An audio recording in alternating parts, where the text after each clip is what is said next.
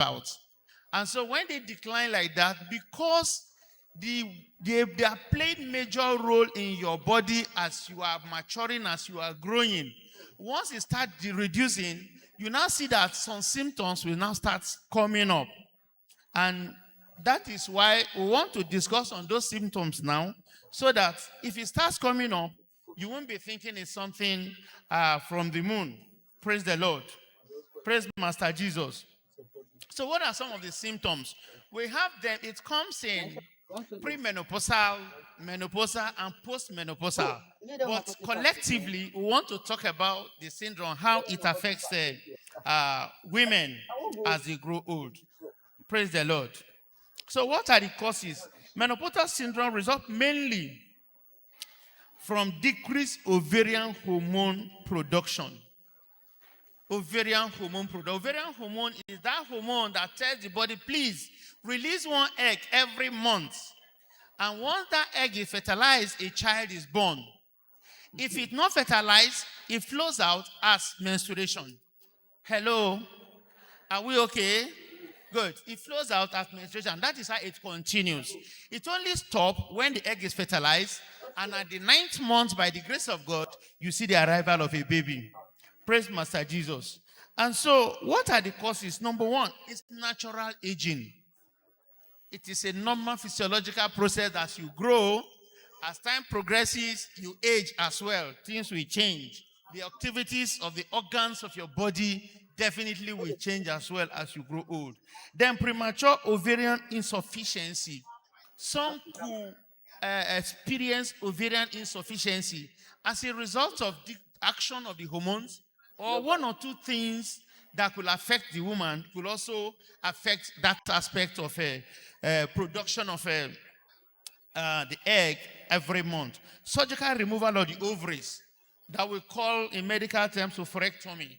The ovaries could have cancer or things that could make them enlarge, that the only means to save the woman is to surgically remove it. That is, cut it off. Then chemotherapy or pelvic radiation therapy. Some people might be having cancer in some other areas. And in the process of the treatment of that cancer, with chemotherapy or radiotherapy, it can affect the production of the eggs, which will lead to cessation of menopause, cessation of menstruation. Then we have certain genetic and autoimmune condition as well. We have different body makeups. That is why we have blood groups 1, 2, 3, 4. There are some certain things are peculiar to some. In their family, the thing will run. And so you now experience some of these things you are talking about. What are the signs and symptoms? How do you know that you are having this menopausal syndrome? We have vasomotor symptoms, which involves the nerves. Number one is hot flushes. Hot flushes. You know what hot flushes are? Hello? Do we know what hot flushes are? You are okay, you are normal. All of a sudden, your body could just hot you like say, fire did there. You understand? Very, very sudden. You can't place it. Before you know it, sweats on the commode. You'll be wondering, what is happening to me? How? You will check yourself again. If after maybe some few minutes or some few hours, the thing will just go off, you become normal again. You understand? But because it is not there before, because you have not experiencing that like that before, it causes for worry. Number two is night sweat. If you sleep in the night, you sweat excessively, because of that. Excessive sweating, again, in your daily activities, you now notice that you are sweating so much. Then chills following hot flushes. Immediately those hot flushes lift you, you become cold again. You'll be wondering, what is happening to me? Cold will just come and you'll find something to just cover your body. Then menstrual changes. It comes again with irregular menstrual cycle. Irregular menstrual cycle. You will see it today, before you see it again, maybe into 3 months, and you are not pregnant. Initially, it will give you worry to go and do tests. You do tests, they will tell you nothing is there. You understand? Then lighter or heavier bleeding. The bleeding may come heavy, then the bleeding may come light, depending on how it is in your body, depending on what you did, depending on what you take, depending on your activities, within that period. Then, of course, complete cessation of menstruation, that you don't see it again. Every month you expect that it will come, it won't come. Every month you expect it will come, it won't come. That one is just completely ceased. Then psychological symptoms involve mood swing. Any little thing, you are irritable, you are very, very angry, you are annoyed, then you have irritability, you have anxiety. Because of the way your body is doing you that you cannot explain, you are anxious. What could be happening to me? This has never been like this before. Then difficulty concentrating. And when you pass through those periods, you might feel depressed as well. You can't place it on what is happening to you. But that is the normal thing that happens. Memory problems, you might forget few things as well. Sleep disturbance, it can make you not to sleep. You have insomnia. It can give you frequent awakening at night as well. You understand that I said that it causes increased sweating. So those sweating, you are sweating at night, may also disturb your sleep. Then of course you get poor sleep quality, and the other one is fatigue. Weakness, you are just studying weakness that you can't explain. Genitourinary symptoms, you have vaginal dryness. It causes vaginal dryness. Then pain during sexual intercourse. Then reduced sexual desire. Because of the pain, because of the dryness, your urge for sexual activities is completely reduced. Then frequent urination. You go to piss several times. Recurrent urinary tract infection, because as at that time your immune system is low, and so if you are not careful, any little thing you pick some of these vaginal infections, especially if you don't take your toilet sanitation activities very, very serious. Then urinary incontinence. You might also, for some people, urine might just be leaking from the urethra. Then physical symptoms. You have joint and muscle pains. You have headache. Weight gain. As at that period of time, you increase weight.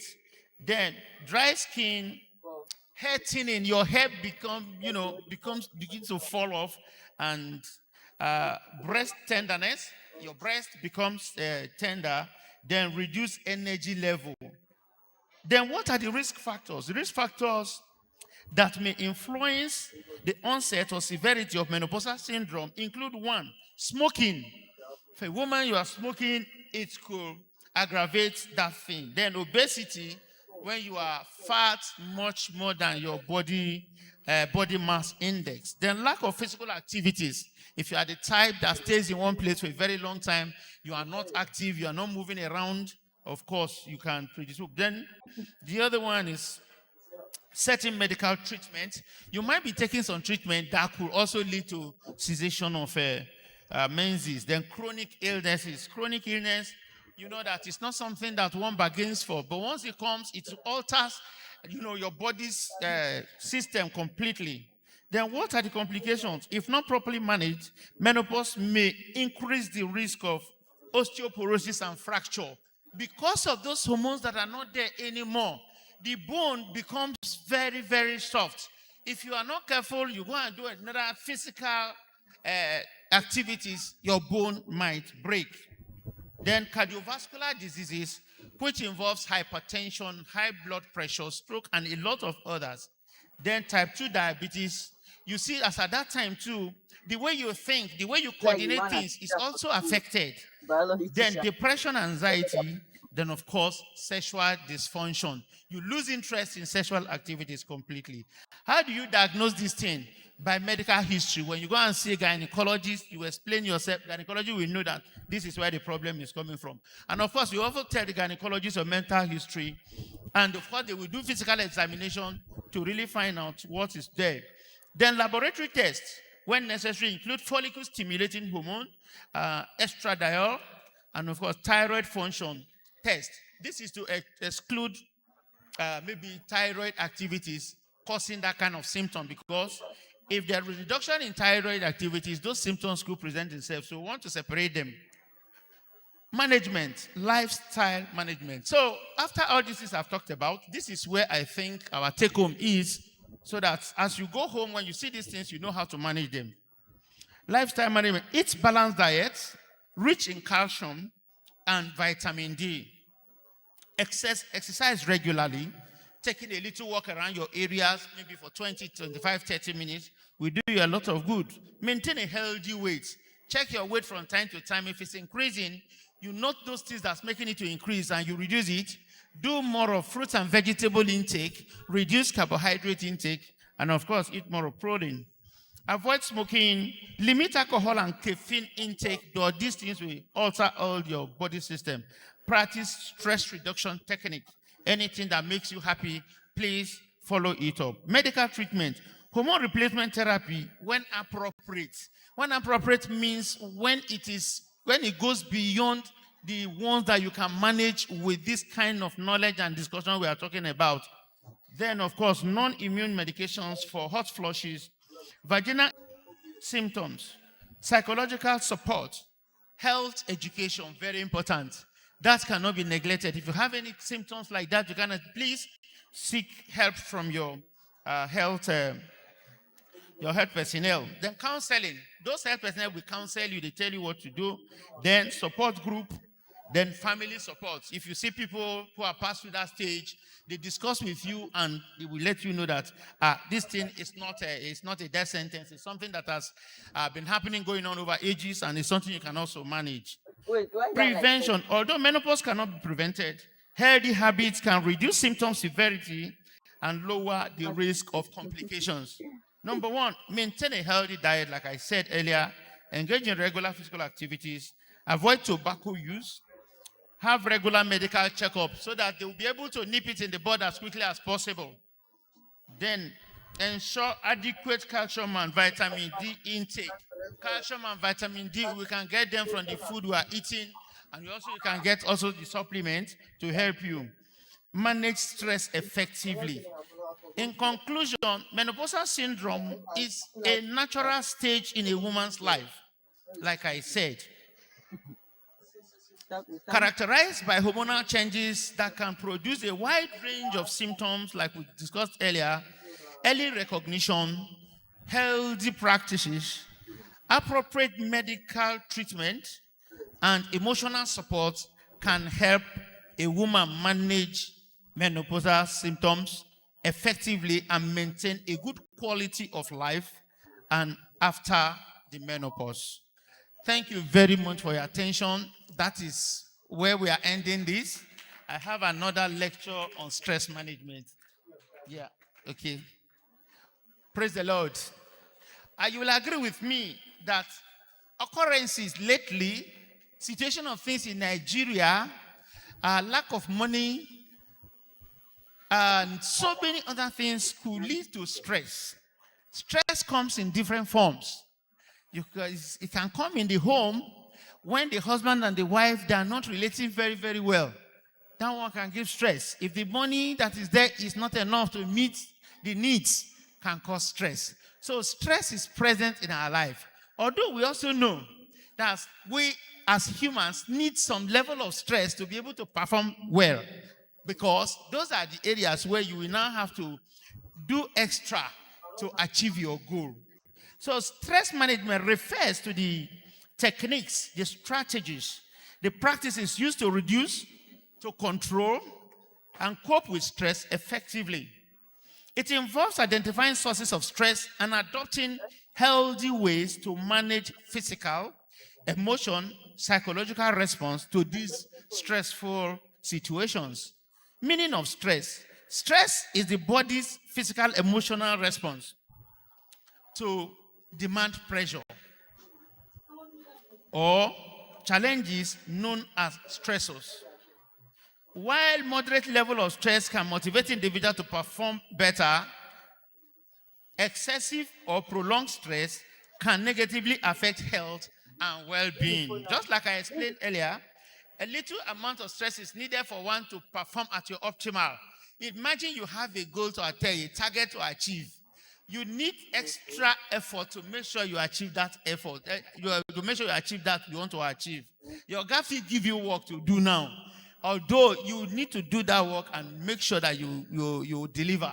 If you need some level of that to make sure that you do what you are doing to get a very good result. Otherwise, your God will tell you, say you don't know what you do, and they will score you 0. So what are causes of stress? Number one, common causes of stress include academic pressure. For those of us in school, when you see that exam is coming up, you see that people will now start reading from 8 o'clock till the following morning. Those are giving additional stress to the body. Work-related demands. You might be working in a place where they're giving you targets that is difficult to meet.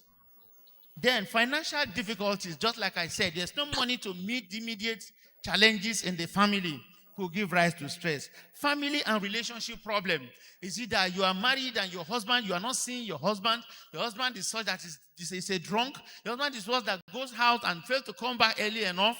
It places stress on the woman. Health challenges. A woman who is falling sick regularly will not make a happy home because the husband will be troubled, the children will be troubled, herself will be troubled as well. Then loss of loved ones. That one cannot be overemphasized. Somebody you love, somebody who's been there for you, somebody who's been supporting you, suddenly dies. Definitely it gives a problem. Major life challenges, maybe not meeting up your targets, and a lot of other things. Environmental factors such as noise and overcrowding. You could be staying in a place where you have noise and overcrowding, which denies you of a restful sleep or whatever you want to do. Signs and symptoms. Have physical symptoms, which include headache, fatigue, muscle tension, increased heart rate, sleep disturbance, and digestive problems. Emotional symptoms involve anxiety, irritability, mood swing, depression, then feeling overwhelmed. Then behavioral symptoms, poor concentration. When these things are in place, you find it difficult to concentrate. Social withdrawal. You don't feel fine going to meet with your friends, your people, or going to parties to just go. No, you just feel that the world is against you. It doesn't make any sense. Changes in eating habits. You might not see anything good in eating. You might just eat once. You don't want, what am I eating for? Then some people also overfeed during stress. When they are stressed, they just, a situation where you want to say, I don't want people to know that I am stressed. I don't want to be lean. Let me eat very, very well. You see those people overeating and, of course, getting heavy weights. Increased use of alcohol and drugs. Then, of course, reduced productivity. Importance of stress management. Effective stress management helps to improve physical health. If you are able to manage your stress very well, you'll be healthier. It enhances mental well-being. It also increases productivity and performance. It improves relationship with your people around you. It promotes better decision-making and reduces the risk of stress-related illnesses. Stress management technique, number one, regular physical exercise. No matter how engaged you are, try. Even if it's your house, just do some exercise for 20 minutes, you'll be fine. Relaxation technique, deep breathing exercise, meditation. You stay in one place, free your mind, think good thoughts, and of course, over time, you feel fine. Yoga is another practice, again, that depends on concentration also. Progressive muscle relaxation. Time management. Prioritize your task. Because if you don't prioritize your task, you see everything will become clumsy. You'll be running from pillar to post to make sure that you achieve what you want to achieve. Set realistic goals. Don't set ambiguous goals that you cannot meet.